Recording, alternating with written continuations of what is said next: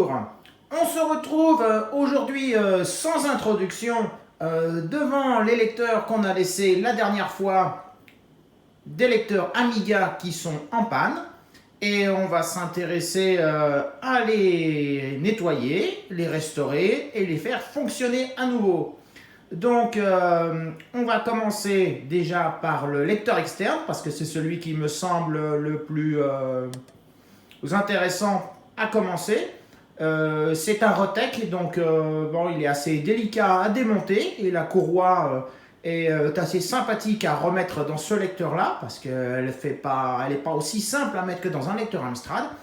Donc on va s'approcher de ces lecteurs et on va commencer justement par refaire ce lecteur Rotec et on pourra peut-être profiter d'ailleurs de la CDTV pour essayer ce lecteur une fois qu'il sera réparé. Donc avançons. Alors si on commence par ce lecteur Rotec, il est... faut savoir juste le démonter, hein, c'est pas... il est un peu trop petit mon tournevis. Prendre un plus gros. Suffit déjà d'enlever les vis du dessous.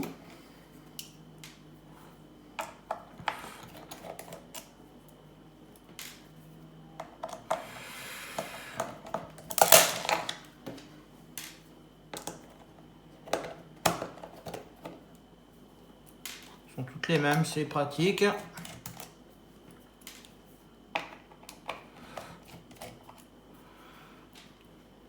Et ensuite, on ne peut pas le sortir comme ça.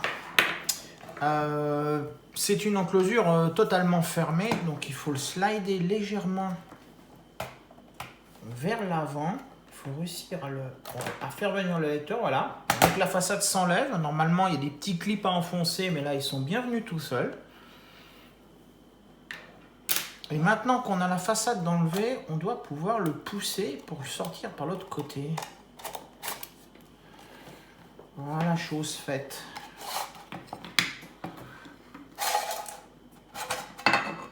Voilà, on va poser la boîte à côté. On a un tout petit lecteur.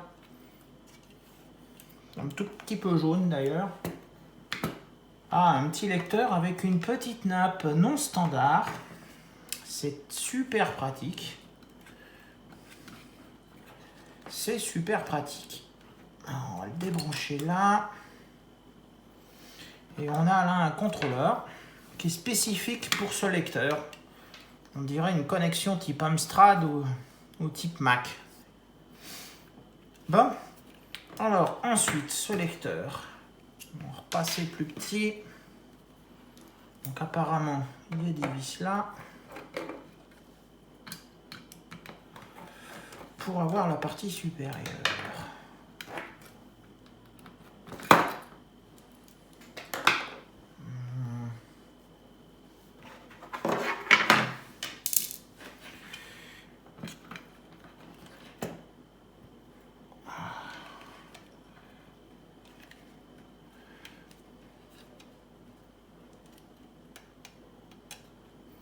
Qu'est-ce qui leur tient? Ah oui, un petit clip là. Voilà.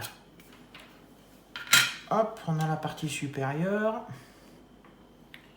Ah, et c'est spécial, hein, le mécanisme, la tête est sur le côté.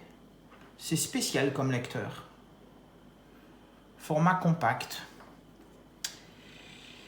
Alors...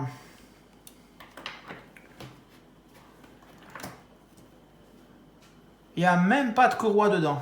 Je sais même pas où elle est.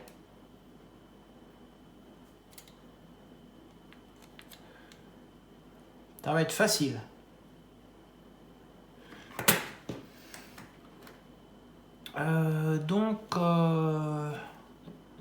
Là, c'est déjà démonté. On va enlever cette vis-là. Qui est bien serrée. On va essayer d'avoir le moteur. Voilà, et on voit qu'il y a une courroie qui est détendue, hein, détendue et fichue. Hein. Voilà, elle tombe en petits morceaux. On va peut-être la voir en une fois quand même. Voilà. Alors toute la difficulté, c'est de remettre une courroie là-dedans. Parce que je ne sais pas si on le voit, il y a une petite poulie qui est ici. Et en fait, la courroie, elle fait un chemin, elle passe derrière la poulie pour revenir sur le moteur et elle va comme ça. Donc, elle fait un chemin assez compliqué. Et on ne peut pas dire qu'on ait énormément de place pour remettre la courroie sans le démonter plus avant. Et vu la petitesse du lecteur, on va essayer de placer la courroie comme ça. Alors,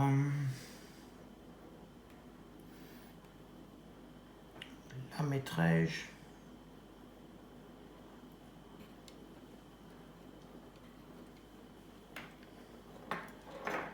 Ça va être compliqué comme ça. Ça va être compliqué.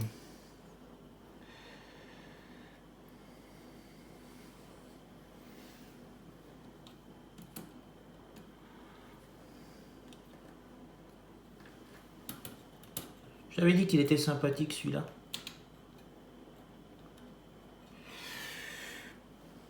Il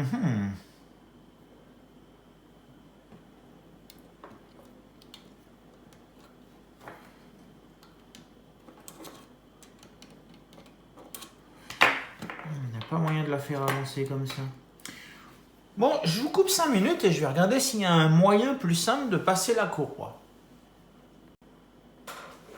Eh bien non, on ne peut pas démonter plus. Alors, on va se débrouiller comme ça. Hein. De toute façon, il va bien falloir qu'elle y aille. J'ai pris un cure-dent. Essayer de choper la courroie.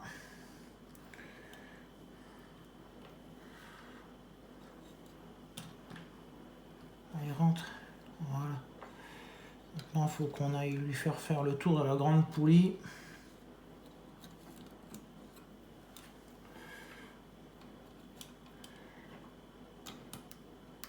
Non.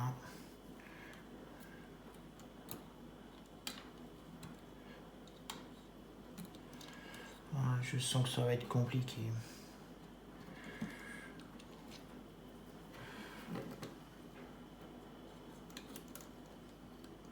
Avec une paire de pinces, ce serait plus simple.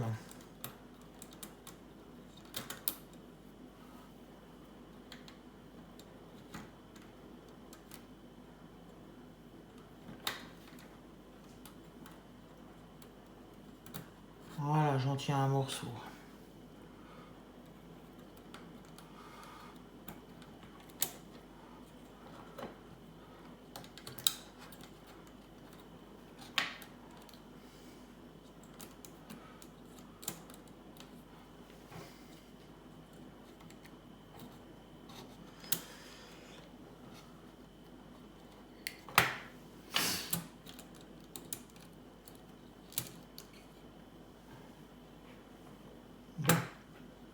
Voilà, j'ai la courroie qui fait le tour de la poulie. Maintenant, il faut aller la faire passer derrière la petite poulie.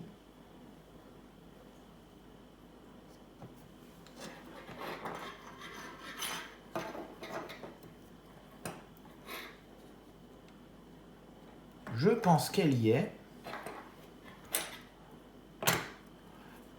Et normalement, voilà. Là, elle est en place.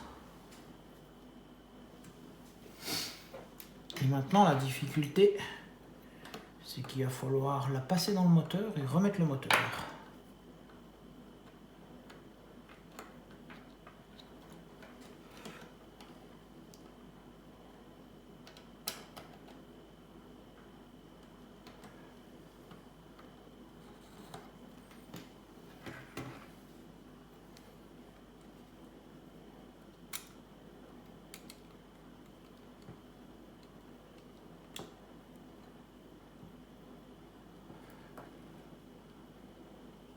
Elle est dessus.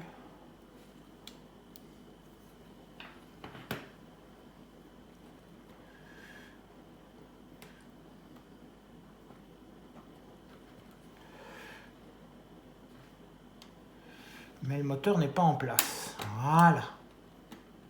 Donc on sent la tension de la courroie.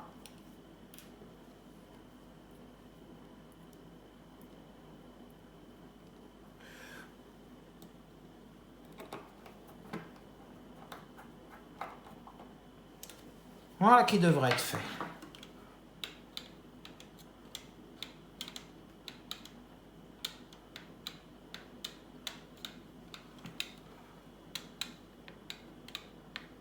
Ça tend bien.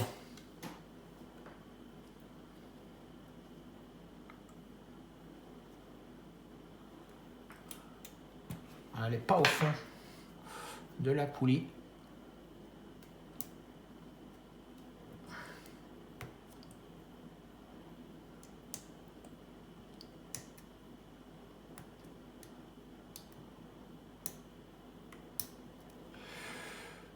Voilà, hein, on va dire que ça devrait aller. Bon, alors maintenant, il ne reste plus qu'à passer un petit coup de nettoyage sur ce lecteur et on va pouvoir tester s'il fonctionne.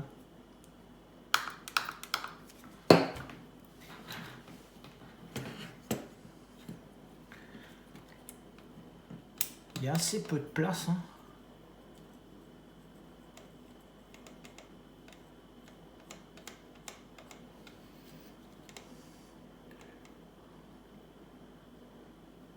Donc bien sûr l'alcool isopropylique, hein, comme d'habitude. Voilà. Après,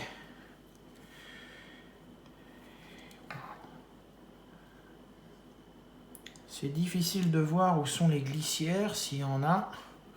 Donc je ne vais pas le graisser pour l'instant. Je vais lui remettre son interface et on va tester ça.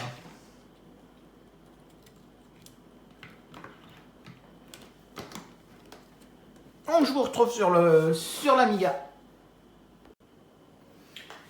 Voilà, je l'ai branché sur la CDTV, alors essayons de charger un Workbench. Normalement, comme le CDTV n'a pas de lecteur de disquette, il prend ce lecteur externe comme son lecteur principal.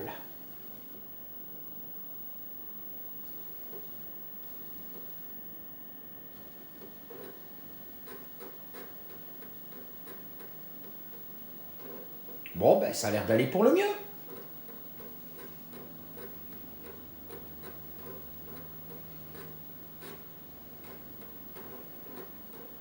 Un lecteur qui fonctionne bizarrement quand même, avec la tête sur le côté, ça gagne beaucoup de place.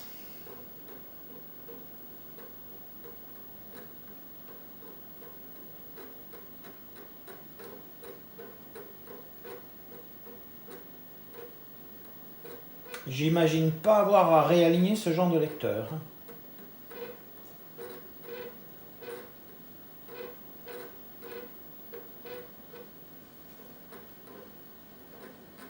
Bon, c'est long à charger. 6 juin 1978. Ah, le CDTV ne prend pas l'heure. Ne prend pas la date, ou je l'ai mal réglé. Voilà, donc ça marche. On va faire quand même un test un peu plus ultime. Je vais utiliser la disquette que j'ai fait avec un lecteur réglé pile poil. C'est Battle Squadron original. Parce que... ouais, là par contre, je vais être obligé d'éteindre parce que j'ai pas de clavier. Et on va voir s'il est capable de le démarrer. Si ça démarre, c'est que le lecteur est parfaitement réglé.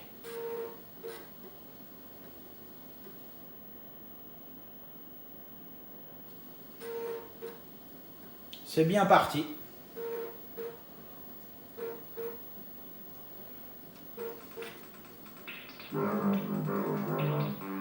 Bon, ça marche. Parfait. Donc ce lecteur est réparé. On va éteindre. Et on va pouvoir le remonter. Donc je remets les vis, je l'emmène dans sa boîte hors caméra et on passe au suivant. Et pour finir, on a deux lecteurs internes Amiga. Donc ce que je vais faire déjà, c'est que je vais les nettoyer, les graisser. Et ensuite, je vais sortir un Amiga pour les tester directement. Et on verra s'ils sont alignés ou pas, s'ils fonctionnent. Ce que je remarque sur celui-là, c'est qu'il y a un espèce de dépôt là. Donc c'est rien de très très bon. Donc on va commencer par nettoyer ça comme il faut. Parce que ça, il n'y a rien de tel pour empêcher de fonctionner un lecteur que d'avoir du produit dessus. Voilà, c'est déjà un peu plus propre. En espérant que ça ne revienne pas en séchant. Alors, ces lecteurs, on va faire sauter les capots pour pouvoir accéder les têtes.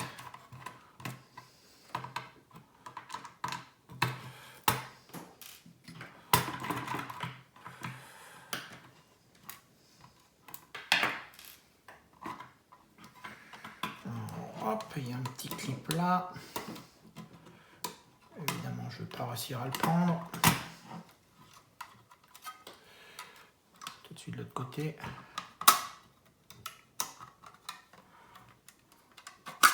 Voilà. Mettre les deux vis avec et le mettre un peu sur côté. Ah. Ben celui-là, il y a déjà de la poussière dedans. Hein.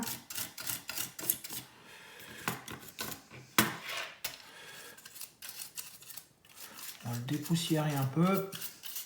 Et il est sec, sec, sec, sec. Alors, est-ce qu'il a un défaut? Oh non, il a sa tête sup, il a sa tête inférieure. Il n'y a pas beaucoup de choses dedans. C'est bien. Donc, on va juste le nettoyer. On va mettre un petit coup d'alcool sur les têtes.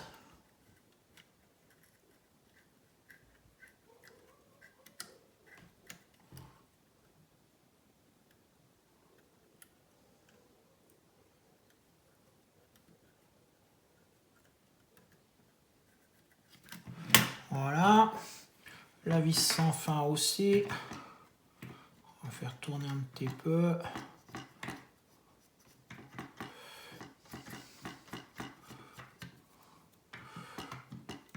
Histoire d'enlever tout le vieux gras sur la vis. On va mettre un petit peu de graisse là-dedans.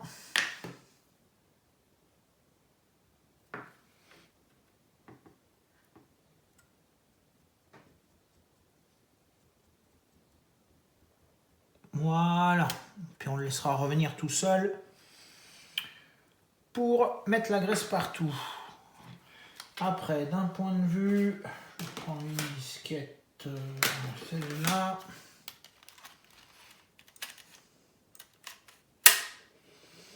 D'un point de vue mécanique, ça marche très bien. En plus, il éjecte très bien ses disquettes. Il n'y a pas de souci. Bon lecteur.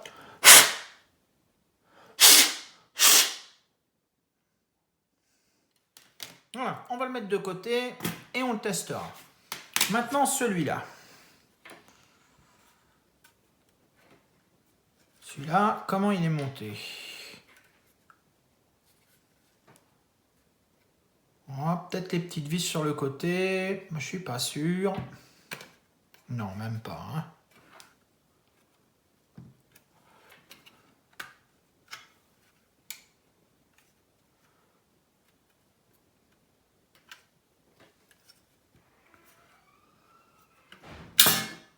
Voilà, juste comme ça. Pas de vis.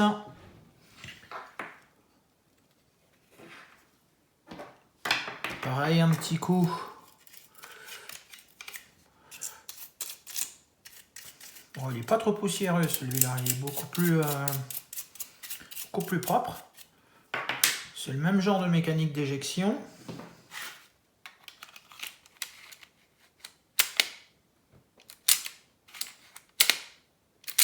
Ça marche bien. Donc pareil. Mon coton-tige est un peu dégueulasse. Je vais faire juste les vis avec.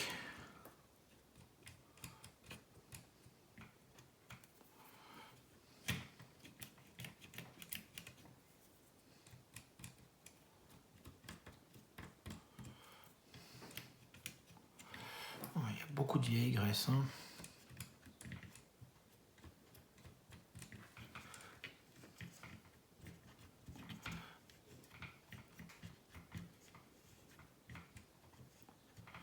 Voilà, on va maintenant buter. Et on va remettre un petit peu de graisse. Et je vais chercher un nouveau coton-tige pour faire les têtes.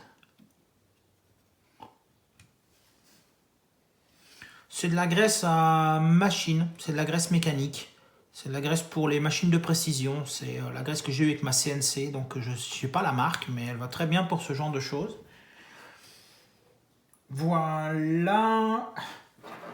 Il reste les têtes à faire. Donc j'aurais dû la faire tant que la tête était de l'autre côté. Ah. Là, je vais me mettre de la graisse sur les doigts.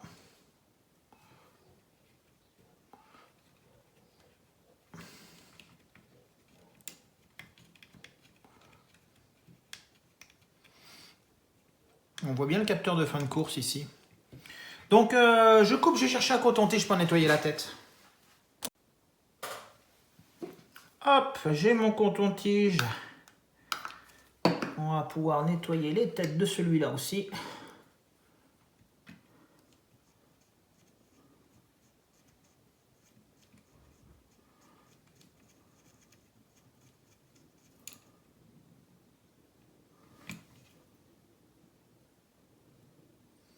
Tête supérieure, toujours délicat.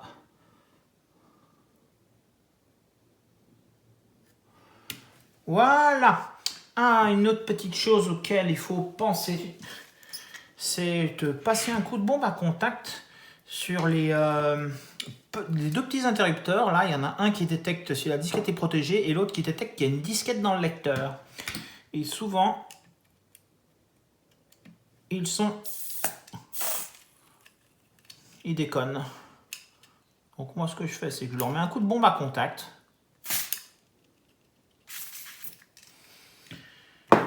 Et qu'ensuite, je vais les manipuler.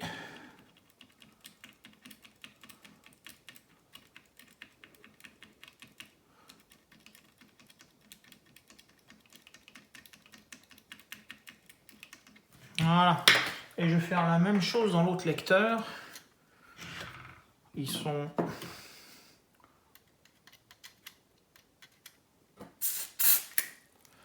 cachés là derrière.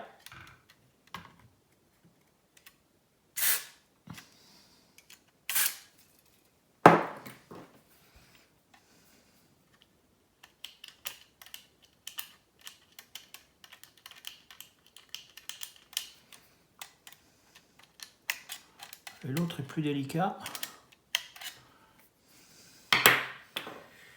On va le pousser avec le coton-tige.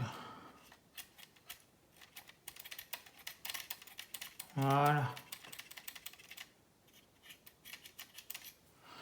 Voilà, donc maintenant ce que je vais faire, c'est que je vais sortir l'Amiga 500 et on va pouvoir les tester en interne, voir s'ils lisent et surtout si on peut écrire avec. Ou s'ils ont un problème d'alignement. On va voir ça tout de suite. Donc j'ai monté le premier lecteur dans mon Amiga 500 Pistormé. Voilà, donc il a chargé le Workbench du Pistorm, donc il a plein de mémoire. Et on va essayer maintenant de mettre une disquette Workbench pour voir s'il la lit.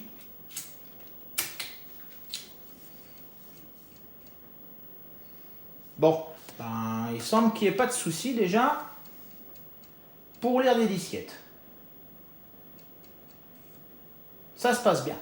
Donc, maintenant, ce qu'on va faire, c'est que je vais mettre une vieille disquette. J'espère qu'elle n'est pas trop défectueuse. C'est une HD, hein, mais bon. Et on va essayer de la formater.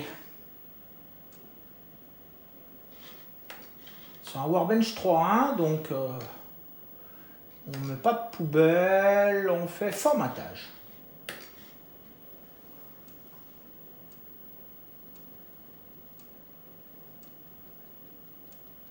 Voilà, ça semble bien se passer. On va le laisser continuer jusqu'à la fin.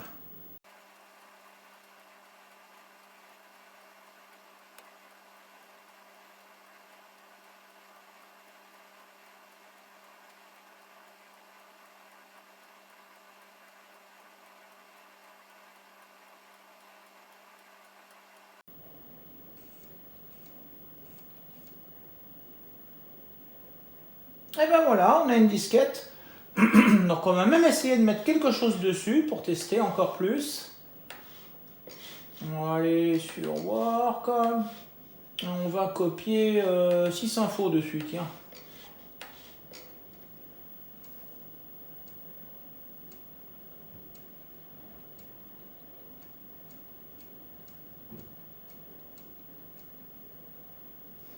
Et bien ça se passe bien. Donc on a un lecteur qui fonctionne. Très très bien. Dernier test, c'est de lui faire démarrer une copie d'original.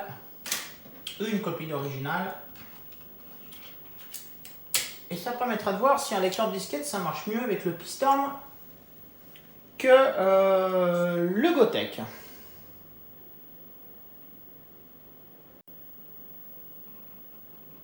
Non, ça ne marche pas. Donc c'est soit le lecteur, soit ça vient du Pistorm. On va d'abord tester le deuxième lecteur. Donc je vais éteindre l'Amiga, je vais mettre le deuxième lecteur et on va regarder comment le deuxième lecteur se comporte. Nous voici avec le deuxième lecteur, donc on va faire la même chose. On va déjà regarder qu'il sait lire une disquette Workbench. Pareil, absolument aucun souci de ce côté-là.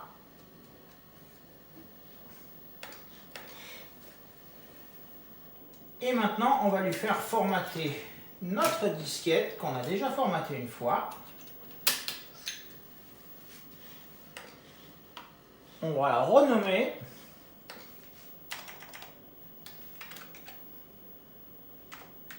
On va l'appeler pleine au lieu de l'appeler vide et on va faire formatage.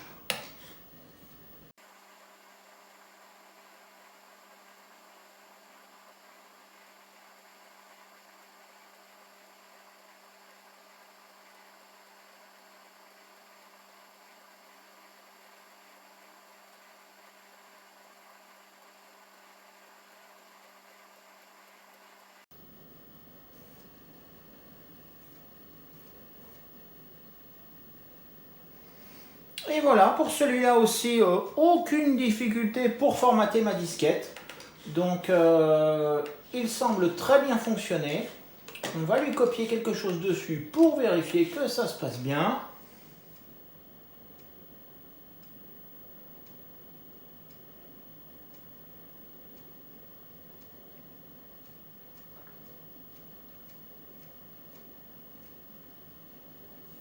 Ça se passe bien. Chargeons-le.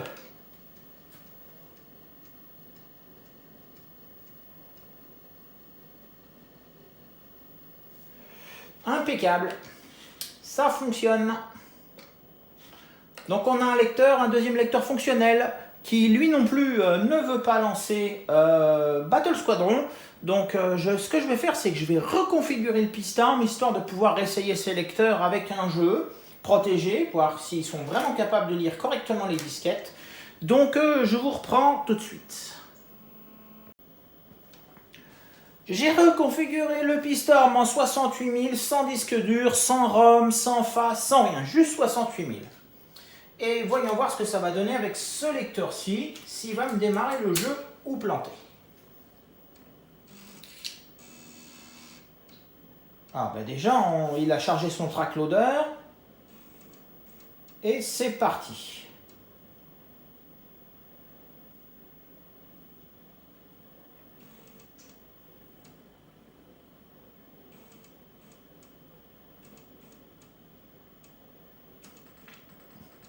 Il charge le son.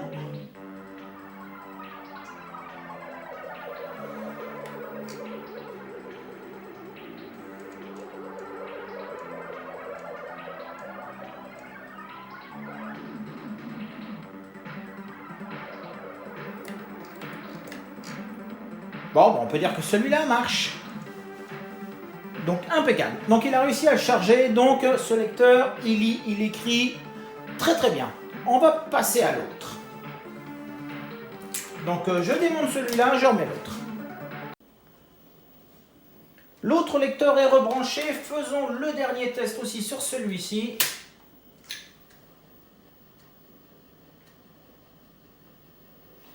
Et non, il n'arrive pas à charger le track loader.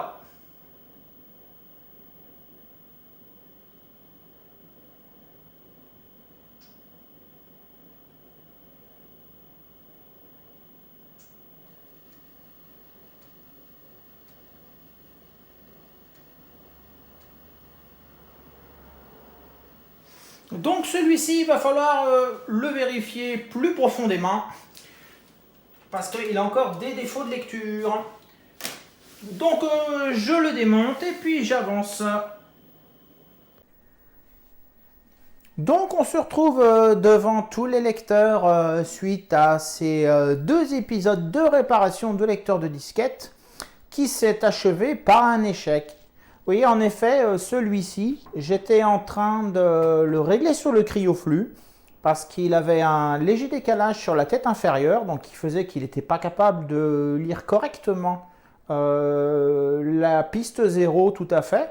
Et pendant que j'étais en train de l'aligner, d'un seul coup, il s'est mis à chauffer à cet endroit-là sur la carte et il s'est mis à ne plus fonctionner du tout.